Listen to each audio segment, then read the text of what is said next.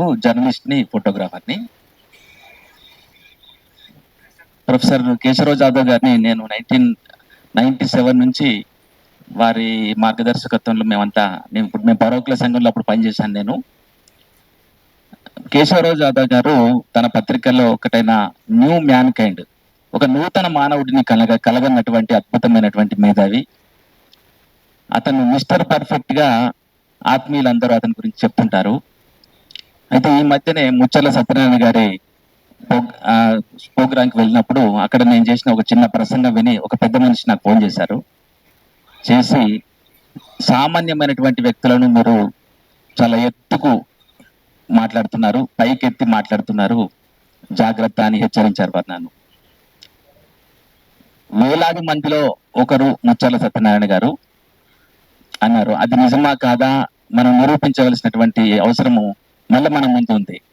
అంటే తెలంగాణ రాష్ట్రం వచ్చిన తర్వాత నిజమైన తెలంగాణ ఉద్యమకారులను గౌరవించుకోవడము, వారి స్మృతిలో ప్రోగ్రామ్స్ చేయడము, వారి జీవిత చరిత్రలు రాయడము, బహుజన మేధావులైనటువంటి వీళ్ళను మనం గట్టిగా మాట్లాడకపోతే ఏమైందంటే మనకే హెచ్చరికలు వస్తాయి.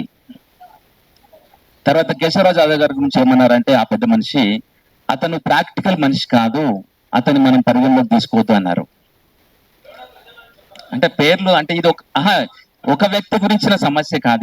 ఇవాళ సమస్య ఏమిటంటే చెప్తాను నేను అంటుంది ఏంటంటే ఇవాళ సమాజంలో ఏమైందంటే మనకు 12 సంవత్సరాల రాష్ట్రం వచ్చిన తర్వాత అధికారమే పరమావధిగా ప్లాన్ చేసుకొని రాజ్యం వెళ్ళడానికి వచ్చినటువంటి ఉద్యమకారులు మన ముందున్నారు. అందులో మన కేసీఆర్ గారు కావచ్చు, ఎస్పీ ప్రవీణ్ కుమార్ కూడా ఇప్పుడు ఉద్యమకారుడే. మనకు ఇప్పుడు బీఆర్ఎస్ పార్టీలో ఉన్న ప్రవీణ్ కుమార్ గారు ఆయన కూడా ఉద్యమకారుడే అని అనుకుంటున్నారు. కాబట్టి ఇవాళ గత పరిపాలన ఏదైతే ఉందో ఆ పరిపాలన మనం ఏం చేసిందంటే ఒక పెద్ద గీత గీసి ఉద్యమకారులను చిన్న గీతగా మలిచేసింది. కాబట్టి మనము మాట్లాడుతుంటే ఏమవుతుందంటే వాళ్ళంతా ప్రాక్టికల్ మనుషులు కాదనే మాట మన ముందుకు వస్తున్నది.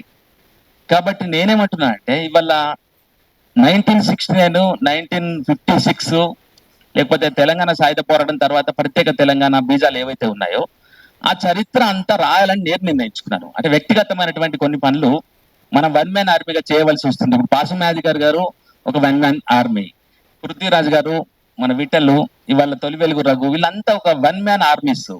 ఈ వన్ మ్యాన్ ఆర్మీగానే మనం గతంలో కూడా మన తెలంగాణ ఉద్యమం నడిచింది. ఒక ఇన్నారెడ్డి కావచ్చు, ఒక బియ్యాల జనార్దన్ రావు కావచ్చు, ఒక కేసీఆర్ గారు కూడా ఒక వన్ మ్యాన్ ఆర్మీ. ఆ విషయంలో మొత్తం పార్టీని ఒకటే నడిపిండు, ఒకటే పెట్టుకున్నాడు, ఇవాళ ఒకటే ఇంట్లో ఉన్నాడు. మీరు గమనించండి. సో మనం తెలంగాణ స్వాభావికంగా ఏంటంటే ఏ నిర్మాణాలకు లొంగకుండా పనిచేసే శక్తి మనకున్నది. ఇప్పుడు మనకు విమలక్కని చూసినా, మనకి రాజన్నని చూసినా, మిత్రని చూసినా, మనకు పెద్ద పార్టీ అంతా ఒక వన్ మ్యాన్ ఆర్మీ నా దృష్టిలో. ఎందుకంటే నేను సామాన్య జనాలను వన్ మ్యాన్ ఆర్మీల గురించి నేను ఒక 20 సంవత్సరాల నుంచి పనిచేస్తున్న వ్యక్తిగా నేను ఈ చిన్న మాట పెద్దల ముందు పరిశీలనకు పెడుతున్నాను.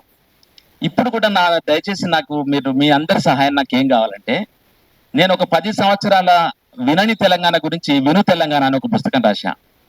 కేసీఆర్ పరిపాలనలో ఏమీ వినకుండా ఉన్నటువంటి ఆ పరిపాలన గురించి నేను క్షేత్ర పరిశీలన చేసి ఒక పుస్తకం రాసిన. దాని పేరు విను తెలంగాణ. 10 ఏళ్లలో తెలంగాణ ఏమైంది అని అందులో నేను రాసినాను. ఆ పుస్తకం తర్వాత ఇప్పుడు నేను 1980s నుంచి 2014 వరకు మలిదశ ఉద్యమాన్ని ఒక పుస్తకంగా తెచ్చే ప్రాసెస్ లో నేను ఇట్లాంటి మీటింగ్స్ అన్ని శ్రద్ధగా వింటున్నాను. ఎన్ని పాయలతో మనం కృషి చేస్తే తెలంగాణ సాధన జరిగింది, ఎంతమంది వ్యక్తులు, ఎంతమంది అమరులు, ఎంతమంది పోరాట యోధులు, వీళ్ళంతా కలిసి తెచ్చుకున్న తెలంగాణ ఎట్లాంటిదో ఆ పుస్తకంలో రాసే ఆలోచనలు ఉన్నాను.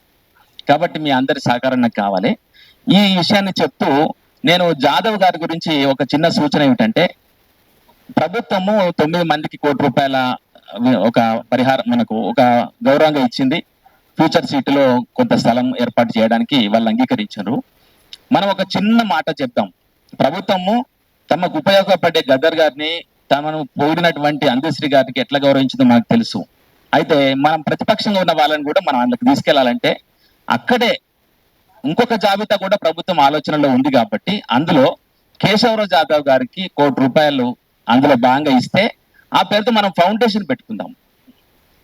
కేశవరావు జాదవ్ గారి పేరు మీద మనం ఒక ఫౌండేషన్ పెట్టుకొని ఆ ఫౌండేషన్ కింద ఒక విగ్రహము, ఆయన జీవిత చరిత్ర అచ్చేయడము, ప్రతి సంవత్సరం స్మారక మీటింగ్ పెట్టుకోవడము, దానికోసం ముందస్తుగా మనం ప్రభుత్వాన్ని కలిసి ₹1,00,00,000 సార్కి పేరు మీద ఒక ఫౌండేషన్ పెట్టుకుంటాము, అందులో భాగంగా ఇవ్వమనడము, ఒక 500 గజాల స్థలాన్ని ఫ్యూచర్ సిటీలో కాకుండా ఓల్డ్ సిటీలోనే ఎక్కడో ఒక దగ్గర ఇవ్వమన్నాం. తద్వారా మన ఆఫీసు కార్యాలయం రెండింటికి ఏర్పాటు చేసుకుంటూ మనం ముందుకు పోవచ్చు. కారణం ఏమిటంటే ఆయన ప్రతిపక్షంగా ఉన్న మనిషి, నిరంతరం ప్రతిపక్షంగా ఉన్నటువంటి ధిక్కార స్వరం. కాబట్టి మనము ప్రభుత్వంతో ఏమైందో తొందరగా తీసుకొని మన పనులు మనం ఇంకొక 10 ఏళ్ళు 20 ఏళ్ళు చేసుకుందామని కోరుతూ నా ఆలోచనలు కూడా మీరు పరిశీలిస్తారని అనుకుంటున్నాను. Thank you so much.